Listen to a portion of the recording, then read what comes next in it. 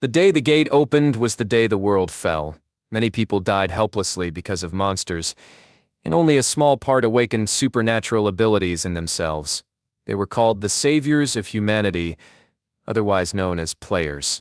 The protagonist is one of them. His name is Lihinuk, and he is a player of the Frongai Emperor of Steel. People called him their last savior. But Hinuk thought that his life was a real piece of crap. Standing in a strange pose in the ranks of the armed forces fighting monsters, the hero wondered why he, the last chance of humanity, was standing in such a pose. So, the training ground of the armed forces fighting monsters, while the players were in an awkward position, they were counted by the captain for losing sight of 9 cartridges. At this moment a bullet flew out of the protagonist's finger and went straight into his mouth. Now the weight of the metal available for control was 300 G. So how to stay sane if you have to be in the army for the second time? The training ground of the armed forces fighting monsters will turn into a dump in the near future. Mountains of lifeless bodies, collapsed buildings, but Hinuk was alive. In the end it wasn't the monsters that killed the people, but the players. One of the culprits of this celebration was a red-haired bearded man. He considered himself a divine being who had judged humanity.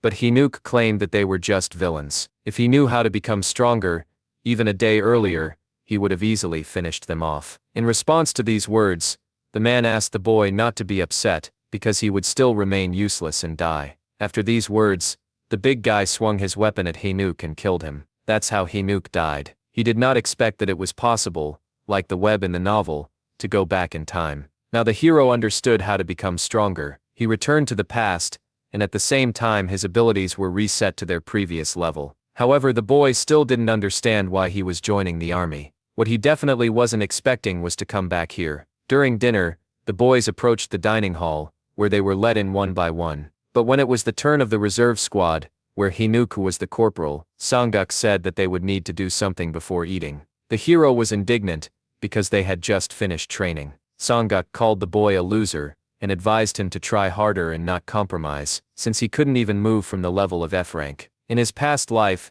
Hinuk really thought that he would never raise his rank. And now when Songguk began to scold him, the boy thought about how pathetic he was in the past. Songguk didn't like the way he stood there. He thought the guy was asking for trouble, so he was about to use spells. Then the hero said he agreed, but first he wanted them to eat. The hero asked Songguk to look around. His colleagues might think he was abusing his position. The hero assured him that he was worried that strange rumors might be spread about him, but greatness was in store for him in the future. Songguk agreed with the boy and allowed his squad to eat. The guys entered the canteen, and Hinuk told his comrade named Park Jun-mo that he had no appetite and left. Songguk was surprised by Hinuk's behavior. It seemed to him that the guy had been replaced. The hero turned the corner of the building and thought. He remembered Gordon Praise, that same red-haired bastard. The guy thought that this bastard deserved a completely different attitude for what he did. If Hinuk hadn't raised a fuss, he wouldn't have stayed here, and wouldn't have caught up with this bastard in rank. In any case, while the hero wasn't planning on telling others that he could raise his rank, a problem arose in the dining room at that time. There were no spoons, and the guys couldn't figure out where they could have gone. Hinuk actually had all the spoons. He simply started swallowing them to increase his rank. Now the weight of metal available for control was 309 G. If the hero increased the available weight, he would be able to control something other than the bayonet, which weighed 140 G. Since the cartridges weighed only a gram, and the spoons weighed 1¼ he knew that returning to his previous rank would take too much time. So the hero would rather die, so he began to think, is there no other option? He has 3 days left to prepare, after which he must defeat the boss mob of the first level. Hinuk was determined to show everyone what an expert is. 3 days later the 3rd Brigade, the 1st Battalion, the 5th Bridge of Namsun. Hinuk and his comrade Jun-mo stood guard together. Suddenly Jun-mo turned to Prowl and noted that he had not been himself lately. The hero asked the guy if this meant anything,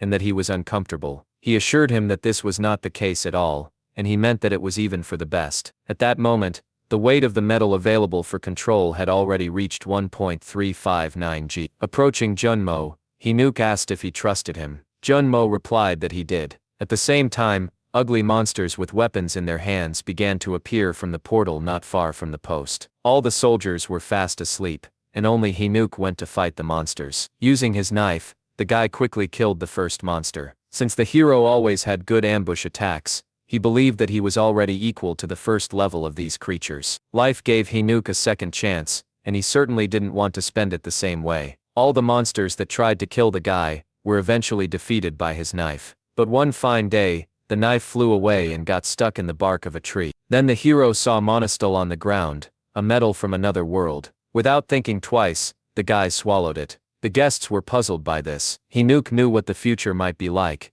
and understood that he needed to eat steel to become stronger. This meant that if he ate everything, he would easily overcome all difficulties. Then, returning his knife, Hinuk looked at his opponents with excitement, and decided to begin his mukbang. A few minutes earlier, while standing guard with Junmo, Hinuk had told him that he felt metal moving. Of course it was a lie. Junmo thought it was worth reporting, but Hind insisted that it couldn't be done, because no one would believe that he could feel things without seeing them with his tefrang. The hero only wanted Junmo to promise him one thing. The hero wanted to go and check everything, and Junmo would have to stay in his position, and not report this to his superiors. After all, if the superiors found out, he would take all the weapons. But now Hinuk could fight the monsters using his knife. The guy easily destroyed one monster after another. Meanwhile, another monster was watching what was happening, being on a tree. While Hinuk continued to kill the creatures, they continued to attack. Despite all the monsters' attempts to hit the guy, everything was in vain. Hinuk had once died because he had been attacked from behind, and now these creatures were trying to do the same. That was why the hero was ready to eat alive the bastard who would attack from behind. Thus Hinuk had scared these brainless bastards enough, and decided to move on to the main course. It was a cunning boss goblin shaman, who is quite difficult to find. He is always hiding somewhere. To provoke him, Hinuk deliberately pretended to be distracted by an object. The hero understood that the goblin shaman would not miss such a chance, and this was indeed the case. The monster began to use spells to attack the hero. He saw the victim and picked up the object. At the same moment, the area of dual land he was on turned into sharp bayonets. The shaking of the ground was felt even in the squad, but the squad leader did not pay attention to it. Only his own henchmen suffered from the goblin shaman's attack. Hinuk, meanwhile, threw the boss a weapon from one of the goblins. The shaman dodged, but he didn't know yet that the shot was just a trap. Hinuk immediately pointed his sword at the goblin, but the monster caught it with his hand. The hero was speechless. He was amazed that the goblin was able to grab his sword. Addressing him, Hinuk ordered him to get down, threatening to cut him into pieces in an instant. In fact, it was just a bluff. Hinuk didn't know what to do. The boss had finally joined the fight, which had boosted the morale of his minions. In addition, the boy had received a warning that he was quickly using up his mana. At the moment, he had less than 40% of his mana left. Considering this, the hero suggested that the goblin die together, since he couldn't eat him. At that moment, Hinuk heard a familiar voice behind him. It was Junmo. Seeing him, the goblin ordered his minions to attack the guy. In an instant, all the creatures rushed towards Junmo, and the hero rushed to his comrade's aid. He had to shoot and use swords to protect him. Junmo himself could do nothing. He only curled up on the ground, while Hinuk destroyed the creatures. In the end, the goblin shaman left, and Hinuk missed everything. The department heard gunfire, so they contacted Hinuk to find out the situation. The hero reported that the gates opened on the territory of the 5th post, and the monsters turned out to be goblins. But after the first skirmish they left. Looking at the frightened Junmo, the hero also reported that there was no loss. In response, the hero was ordered to remain at his post and protect him. Hinuk realized that she, the paladin of the armed forces fighting monsters, Lieutenant So Yuna, would come soon. And if she came, then like in her past life, she would close the gates and take all the weapons. In addition, from that moment on, the legendary Adamanti item would belong to the army. In the past it was the main item, thanks to which Hinuk was called the Emperor of Steel. If the hero misses the chance to get it now, the next one will come in 4 years, and then history will repeat itself. That is why Hinuk realized that he had to be the first to take the item before the backup group arrived. He knew that the goblins needed to sacrifice a human, because the creatures would appear in the center of the city. But goblins hunt in groups, and the city center is too densely populated. Suddenly, the guy was contacted by radio again. It was the 6th post, which had just been attacked by goblins. Upon hearing this, the hero declared that the 5th post would go to the aid of the 6th. In response, the guy was ordered to stay and protect his own, since he was only a fringe. The hero had already turned off the radio, and was not listening to anything. Then Jun grabbed the hero's leg to stop him. The guy insisted that Hinuk would definitely not just limit his ability to move beyond the post, This would be enough to send him to a military court. But the hero claimed that at the 6th post there were either archers or magicians who fought at a long distance, and then they would not be able to resist the goblins, and would die. Despite this, Jun-mo believed that Hinuk alone would not change anything. He also claimed that he was not alone, because Jun-mo Prowl Kim Jun-mok was wounded at the 6th post with him. The goblins surrounded the post, and tried in every way to get inside. The guy inside could only give reinforcements. Suddenly, everything went quiet on the street. As it turned out, the goblin shaman himself was going to destroy the 6th post. Using his spell, he sent a pile of stones at the post building, causing the building to collapse. In despair, Jun-mok put the barrel of a machine gun to his mouth, because he believed that ending his life now would be more painless. And the goblin boss at this time was already preparing for another attack on the post. Suddenly, the guys inside were told that they were going to help them. They were ordered to prepare to shoot, aim the light at the personal park of archers, and stay away, and also use the fire ability. The soldier understood everything, and prepared to shoot. He did not yet understand what their savior had planned. After all, to resist, a whole group of shooters of his level would be needed. Finally, the boy saw the light, and realized where he needed to aim. As soon as he aimed, he knew Parashi transmitted that he would control the trigger himself. Then, using his abilities, he actually pulled the trigger himself, and the boy's crossbow fired, and the arrow hit the goblin right, which was subsequently torn apart. Now the consumption of Hinuk became moderate, and the destructive power of the shooter became a good help. The goblin shaman noticed the guests, and aimed the stones at them.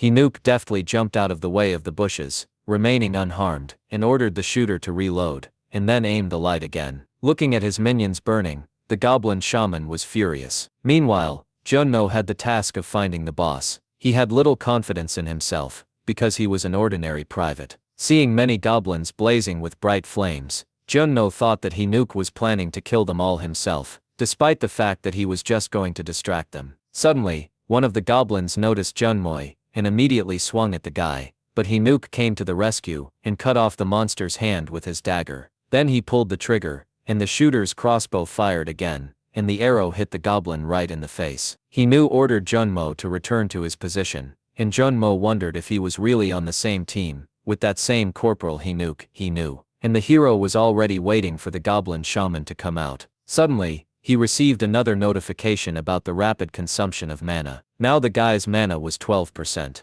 Kinu understood that the goblin just wanted the guy to spend his mana. His subordinates were destroyed. The hero's friend heard Jun-mo's voice asking for help. The boy found himself in the clutches of the shaman. He apologized to the corporal, assuring that he did everything as Hinuk ordered. When the hero tried to attack the goblin with his dagger, he put the sharp end of his weapon to Jun-mo's neck. Realizing that there was nowhere to go, Hinuk dropped the dagger, and pulled the trigger of Jun-mo's machine gun. The bullet hit the goblin right in the chest, and Hinuk rushed to help his comrade. Jun-mo assured him that he was fine, so Hinuk rushed after the boss. He threw his dagger at the goblin's back, but his leather armor protected him. At that point, the guy's mana percentage had already reached 9. He continued chasing the monster, and it had already opened the gate to leave. Hinuk thought that all was lost, when he suddenly felt steel on the goblin's body. The source turned out to be his necklace. Without thinking twice, Hinuk mentally grabbed the goblin's necklace with his hand, and began to pull him back so that he would not enter the gate. The percentage of mana continued to decrease, and Hinuk was getting closer and closer to the monster. And when the percentage of mana reached 2, Hinuk threw his dagger to the shaman. After that, the guy's mana ran out. At the same second, divine light appeared from the forest, which meant that the lieutenant was here. Without wasting a second, Hinuk rushed to the boss to look for the legendary item. Meanwhile, the guy could already hear the soldiers' voices behind him. Finally, he found the item, and put it in his mouth. At the same second, the soldiers ordered the hero to raise his hands up and freeze, and then say his rank and name. Hinuk managed to swallow the item. Returning to the soldiers, he gave his name. Yunha, who arrived at the scene, did not believe that 3 ordinary soldiers had defeated the boss monster. But the girl quickly noticed that all the goblins had the same wounds, which meant that this was the work of one person. So Hinuk managed to absorb the legendary Odamanti item, which he was extremely happy about. The metal he absorbed was enchanted. After absorbing it, the hero would develop magical abilities to match the enchantment. Looking at Hinuk laughing while lying on the ropes, Yunha was perplexed. And the hero also received the rare skill that allows him to detect all metals within his control radius. Now the guy feels the response of all metals around him. So today is the day when the great Emperor of Steel has truly returned. A few days after the gate incident, rumors about Hinook were spreading throughout all the squads, but the soldiers found it hard to believe that even a Frang could accomplish such a task. Sergeant Usanguk also refused to believe what had happened, but Private Poka Nil, who had helped Hinook as rifleman, assured them that it was true. Turning to Private Lowansuk, Sanguk asked if he could go on a raid to the gate with the three guys. Wansok replied that it was impossible. Sanguk thought it was more logical to think that someone had come to the aid of these guys. Besides, if the Frang caught the star, it would violate military discipline, and this could not be allowed. The battalion commander's office. The hero arrived to the commander as ordered, but did not understand why he was called, because everything ended well. Also in the office were Lieutenant Soyun Hai and Lieutenant Lemony. The battalion commander, Lieutenant Colonel Im Konsuk, turned to Hinook and asked if he really disobeyed the order to wait in place and repelled the first wave of monsters from the gate. Hinook understood perfectly well that he needed to pull himself together and make amends as much as possible for everything that had happened during the guard duty, since one wrong word could send him to a military court. Then Hinook reported that he had indeed witnessed the opening of the gate while he was on duty, and immediately reported it. Konsok read and could not understand Hinook's motivation, since usually soldiers of his rank would have torn him to pieces. Konsok was pressing, but Hinook realized that his army life would be over if he retreated. Then the boy said that he felt insulted, and that he thought the commander was deceiving him. At that moment, Minnie intervened in the conversation, claiming that Hinook had no right to talk like that to the commander, but Konsok stopped the lieutenant, and asked Hinook to explain himself. He reminded the commander that during their training together, he always emphasized one thing. He insisted that no matter how low a soldier's rank was, if he studied the manual on combat tactics against monsters, he would be able to withstand the roles even with Yarang. Thus Hinook believed that from what the commander said, he might have problems with the troll, but he was quite capable of defeating the goblin. The hero admitted that he had disobeyed the orders of the Central Command, but he insisted that without his support, everyone at the 6th post would have died. Thus Hinook had made a reasonable argument. Now it was time to play on emotions. Hinook recalled that the commander had said that for a real soldier there was no concept of rank, and they should prepare for the worst and fight, as if it were their last time. This was always the emphasis of the Konsok. Hinook claimed that as a true soldier, and a subordinate of a commander, he respected beyond measure. He used the tactics he had learned during difficult training, and tried to implement the strategy together with other soldiers, risking their lives. The hero claimed that the only reason he could endure life in an army where he was ridiculed and despised by the Yarang was because of the way he thought, which his commander had instilled in him. Kinu said that believing in Konsok's words was his support, so when he heard that the commander had changed his views, he felt like his whole life here was a mistake. That's why he said he felt cheated. It's worth telling that when the battalion commander Kim Konsok was promoted to second lieutenant, the gates began to open, and he almost died in a battle with the orcs. But he undoubtedly returned to the army, becoming one of the first members of the armed forces to fight the monsters. In other words, Konsok is a soldier to the core. Kinook said that he took his words as an example, and believed in them, putting his life on his comrades, which means the commander simply cannot send him to a military court after that. Then approaching Kinook, Konsok said that from now on he would be a junior sergeant. Everyone was dumbfounded by such a statement. After this conversation, Hinook went to the training hall of the 1st Battalion. The guy couldn't get the thought out of his head that he had gotten into a mess in such a hurry to avoid the guard. Thanks to the fact that the platoon commander Lemony began to dissuade the Konsoki, Hinook was able to buy himself some time by saying that he needed to think. But the hero would rather live like a mouse and not attract attention. At that moment, the big guy Wansok came up to him and asked if he needed another bench. Hinook replied that he didn't. Unsok continued to look at the guy with a smirk on his face, and then said that the fact that the most famous person lifts such weights is a disgrace to their part. Looking to the side, Hinook saw Sanguk, whom he considered a complete non-entity. The hero understood that if he let him get away with it now, he would start to mock him like in his past life. Then Hinook decided to offer Wansok a fight, and he of course agreed. That evening, the guys met in the ring. Quite a few soldiers came to watch this spectacle. Without thinking twice, the fat man swung at his opponent first. At the same time, Warrant Officer Chohoba and his instructor of the Black Tiger, an elite special forces unit, were on the squad's premises. This man had come a long way to get to the squad and meet Cho Yoonjun. But Yoonjun was on vacation, so the soldier suggested that Myungho take a look at another future ace with a barbarian class. From the first blow of Vonsok, Hinuk returned, as well as from the second. The hero continued to skillfully dodge, not allowing the enemy to hit. As a result, Vonsok pressed the guy against the wall, but Hinuk did not lose his head and dodged the blow. Finding himself behind the enemy, the hero beckoned to him with 2 fingers, which greatly angered Vonsok.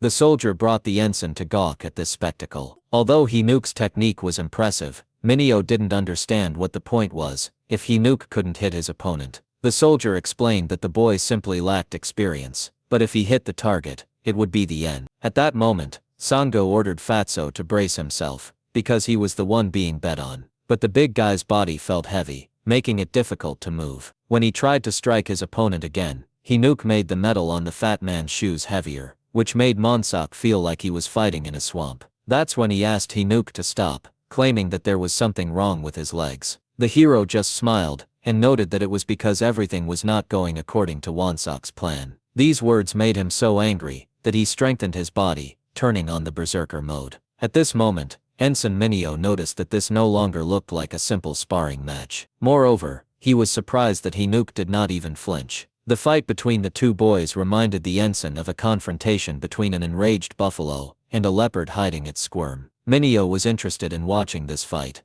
Meanwhile, Wonsok was already threatening to finish Hinuk. Finally, he managed to hit his opponent. The hero flew off and crashed into the net. Despite this, Wonsok felt like he had punched a steel door with his bare fist. It was all about the ability of Hinuk's steel physique, which turns part of his body into steel. The hero planned to take revenge on Fatso, so with passion in his eyes, he ordered him to attack. This angered Vonsok even more. He tried to hit his opponent again, but the latter ducked under his arm and kicked the fat man. Kinuka was stupid to waste such an ability on Vonsok, but he believed that for scumbags who pretended to be Navy, because of the force of the beating, this was an excellent medicine. When the fat man collapsed, the hero began to beat him with his fists, which shocked the onlookers. Mineo knew that Hinuka would still show his fangs, and grabbed the opponent's throat. Since a real beast would never let go of his grip, Mineo wanted Hinuk to make the opponent choke. But suddenly, the fat man managed to get to his feet, and grabbed the hero, lifting him into the air. Mineo didn't know what tricks Hinuk was using. He just wanted the guy to die.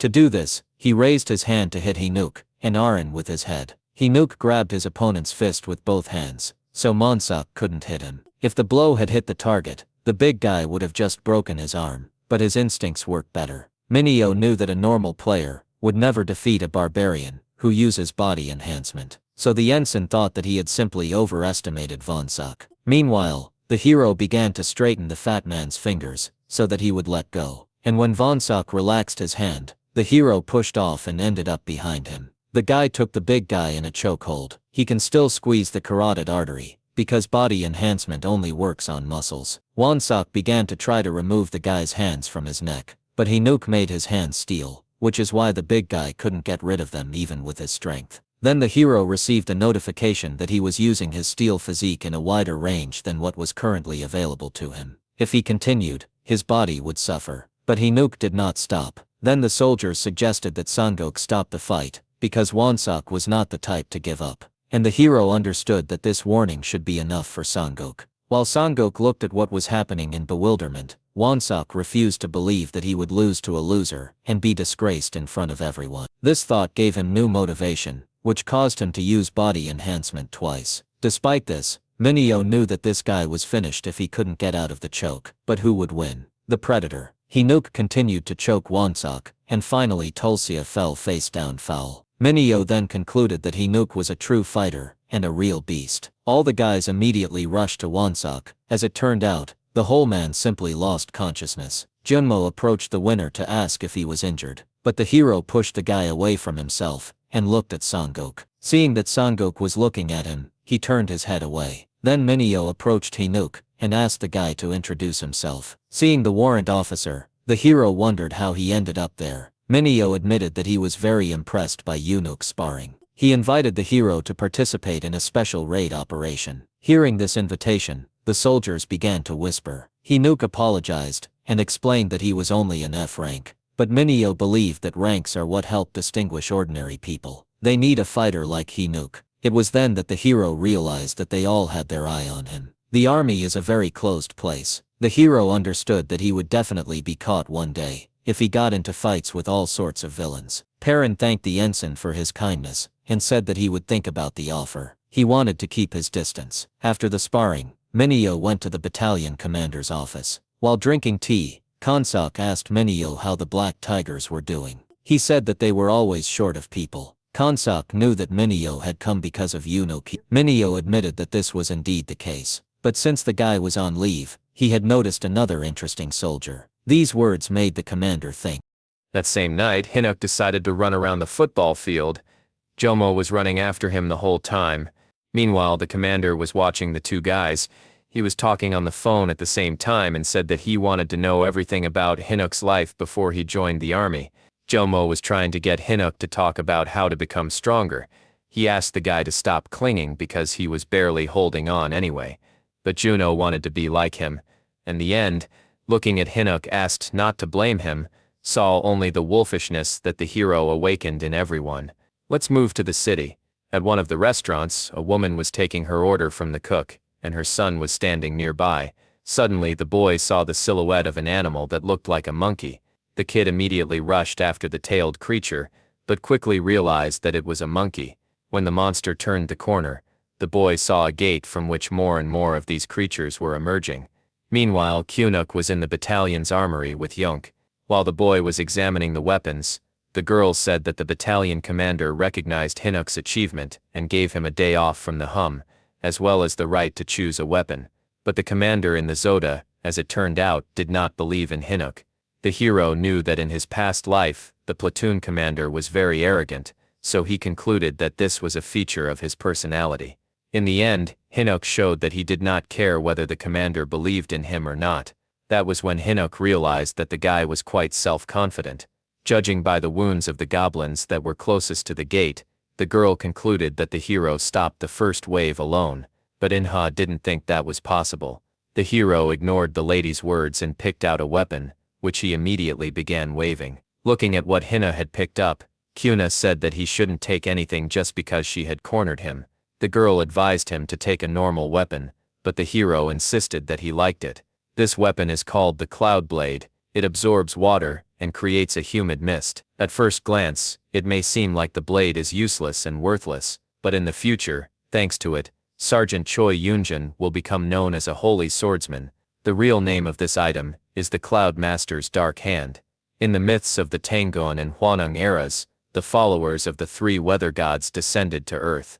They were the master of the wind, the master of the rain, and the master of the clouds. The hands of the latter were called the hands of darkness. The hands of darkness can also be interpreted as blades hidden among the clouds, which in turn belong to none other than the god of thunder.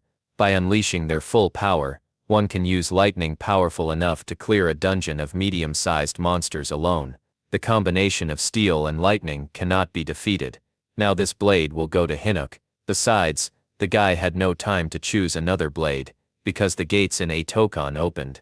All the soldiers were immediately informed, but Hinuk was not surprised. Besides, Yuna noticed that the guy remained calm, as if he had been expecting this. After some time, the soldiers in the Blue Flower Guild were already in the city.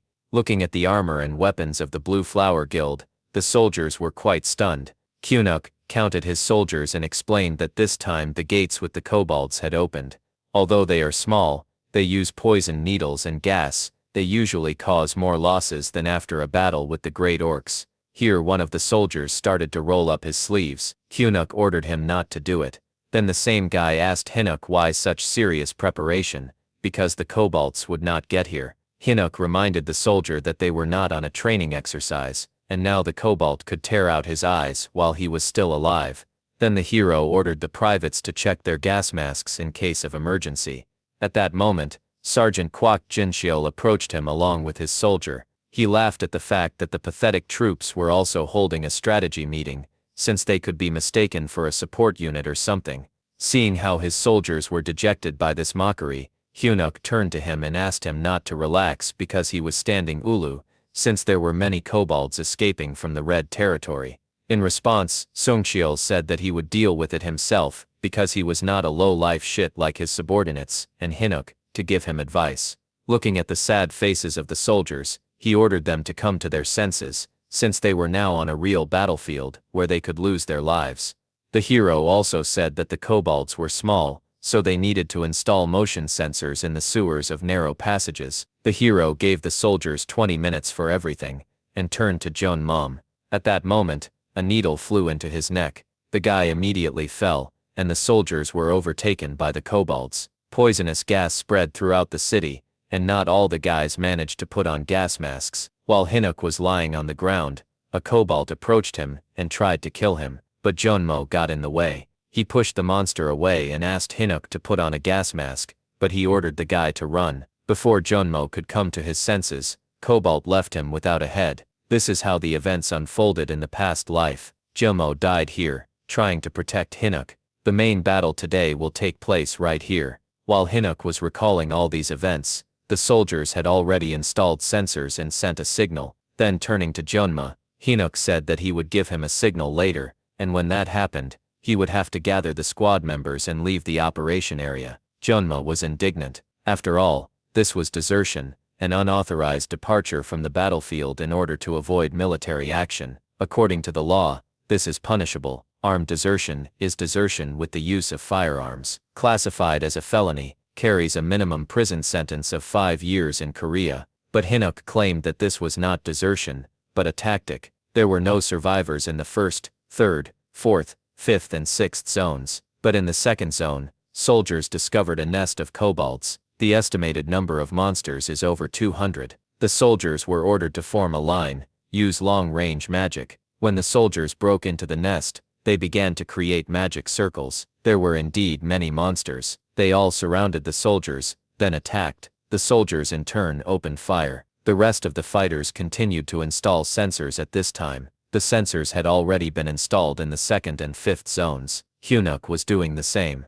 At one point, Minnie came up to him and asked what he was doing. Hinnock replied that he was installing motion sensors according to the manual, and marking the appropriate places with aluminum tape. Minnie called the guy a piece of shit, and asked him to stop fooling around, because they were supported by the Blue Flower Guild. The lieutenant said that the first SOD would begin the operation in 20 minutes, and the support squad had to get the antidote. Then Hinnock yelled at the top of his lungs that the platoon vice commander had ordered them to stop the monsters that could get out of the rear and enter the residential area. Now, after the guy's scream, all the soldiers in the area were looking at the two of them. Having caught many glances at himself, Minnie became furious. He decided to remind Hinnock that he got his place because the battalion commander did him a favor. The guy claimed that Hinnock was the only boy in the barracks who had fought in a real battle only once. In addition, the lieutenant did not like the fact that the sergeant was going to teach him. At that moment, the vice commander of the Black Sea Forces, Songha, ran up to the boys and asked what had happened. Seeing her, Minnie hesitated. That was why Hinnock provoked Songha to come here, because she was Minnie's weak point. The lieutenant sheepishly told the girl that he was simply explaining to the support squad what it was like to participate in a real battle. Then he asked the girl why she was there. Soha explained that the battalion commander was calling Hinnock to him. Meanwhile, Unum was watching the conversation from above. Sonha asked Hinnock not to let the 2nd platoon commander pick on him. The hero objected, because he still had things to do. The girl promised to finish installing the sensors for him, so he could go free. Hinnock understood that there was little time left, but had no idea what the battalion commander suddenly needed. The sniper who was with Yuna asked her if she was sure that the attack squad should be here during the raid on the kobolds, since they were under the direct command of the battalion commander. The girl explained that this was the order of the commander himself, and the soldiers in turn should simply do what they were told. A couple of minutes later, Hinnock was already in the temporary command post of the battalion commander. A menu was also there, and Hinnock was surprised to see him. The hero did not understand why the ensign was here with the commander. Then Konsok said that he wanted Hinnock to pass the test. Thus the guy will take the place of Yoonjun, who is currently absent, and will for now perform the duties of the commander of the 1st squad, of the 1st flight during the tasks of the repeated attack on the gate. Hinnock was shocked to hear this statement, because the commander did not pay him a single drop of attention in his past life. The hero understood that he did not have time for this, and he had to return to his squad. Then the guy said that since his assignment, he had always carried out the task only with the support squad. Why risk the soldiers at all? The first platoon, because they were not training. In response, the consok only stated that it was an order. At that moment, the commander received information that the boss monster had left the kobold nest, which meant that the kobolds would soon attack the support squad. Hinuk realized that the Vostulu squad would be destroyed if he did not arrive in time. Therefore, he needed to get out of here, at any cost. Then Hinuk said to the commander that he had something to tell him. A few minutes later, Yuna, who was on the roof of the building, saw Commander Hinuk running out of the temporary post. The guy was running towards his support unit as fast as he could. He turned to his soldiers, thus giving them a signal. But suddenly the sensors went off, and poisonous gas poured out of the sewers, instantly filling the city streets. So everything happened faster than Hinuk expected. The battalion commander's temporary command post. Before he ran away, Hinuk said he wanted to tell the commander something. Since he knew that Consok had lost all of his platoon members on his first mission, he couldn't believe that the commander was ordering him to join the attack squad for the sake of testing.